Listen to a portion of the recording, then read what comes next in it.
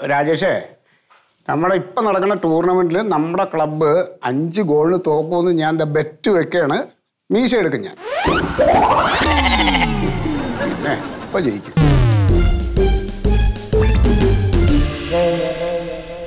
ഡിസംബറിലെ Onam cinema ഗംഭീര അഭിപ്രായമാണെന്നൊക്കെ പറയണം.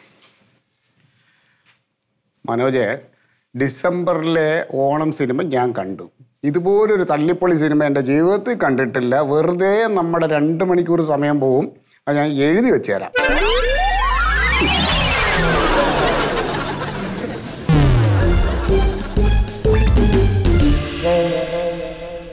Hello, ஒரு முக்கியமான செய்தி. இந்த கேரளாவில் பூச்சிமாந்தி கரையில் நின்று DRK ஸ்கூலில் நின்று வந்த ஒரு டூரிஸ்ட் பஸ் இந்த கோயம்புத்தூர்ல உக்கடத்து ஆக்சிடென்ட் பத்தியாச்சு. ரொம்ப சீரியஸா இருக்கு. பிள்ளைங்கெல்லாம் ரொம்ப சீரியஸா ஹாஸ்பிட்டல் போயிட்டு இருக்குது. தெரிஞ்சவங்க யாராவது இருந்து அந்த கேரளாவிലേക്ക് முன்னறிவிப்பு கொடுத்து எத்தனை பெട്ടെന്ന് வர வேண்டும்.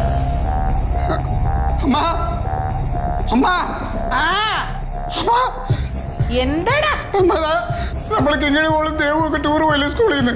ബസ് കോയമ്പത്തൂർ വെച്ച് ആക്സിഡന്റ്. എന്താണ്? കോയമ്പത്തൂർ വെച്ച് ബസ് ആക്സിഡന്റ് ആയിരുന്നു. നമ്മുടെ നാട്ടുകൂട്ട ഗ്രൂപ്പിൽ ഒരു വോയിസ് വന്നു.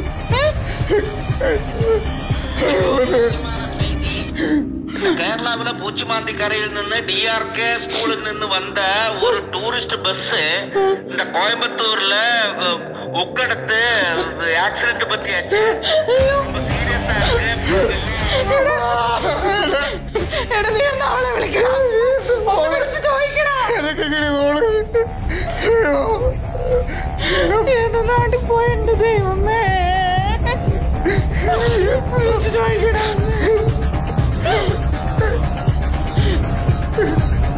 എടുക്കുന്നില്ല അമ്മ, എടുക്കുന്നില്ല. എടുക്കണില്ലേ? ഇനി ഇത് ആരോട് ചോദിക്കടാ?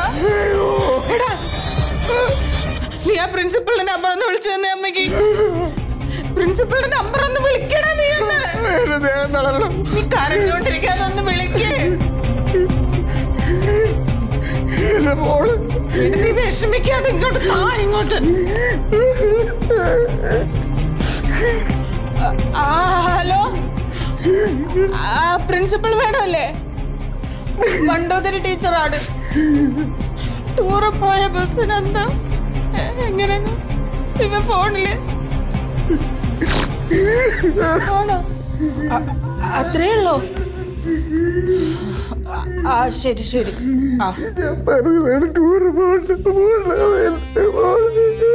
മോനെ മോനെ കുഴപ്പമൊന്നും ഇല്ലെന്ന്. എടാ, ആ ബസ് ഡിവൈഡറിൽ എങ്ങാണ്ട് ഒരഞ്ഞു. പെയിന്റ് കുറച്ച് പോയി, അത്രേ ഉള്ളൂന്ന്. കുഴപ്പമില്ലടാ.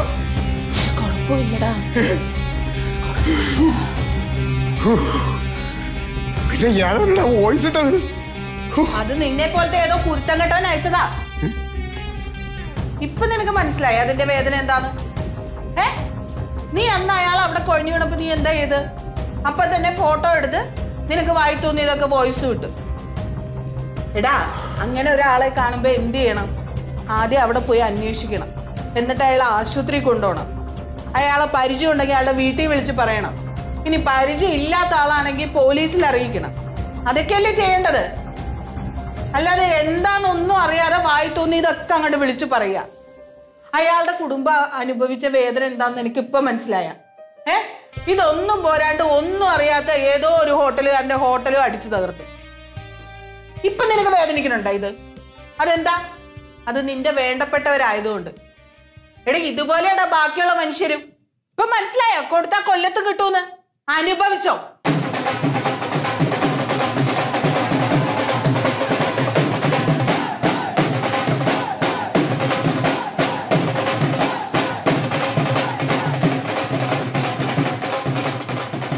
മനോജെ, നേരത്തെ ഇട്ട മെസ്സേജിൽ ഒരു ചെറിയ തിരുത്തുണ്ടേ. ഡിസംബറിലെ ഓണം സിനിമ സത്യത്തിൽ ഞാൻ കണ്ടിട്ടില്ല. കണ്ടിട്ട് ശരിക്കുള്ള അഭിപ്രായം പറയാമേ. സിനിമ കുഴപ്പമില്ലെന്നാണ് കേട്ടത്.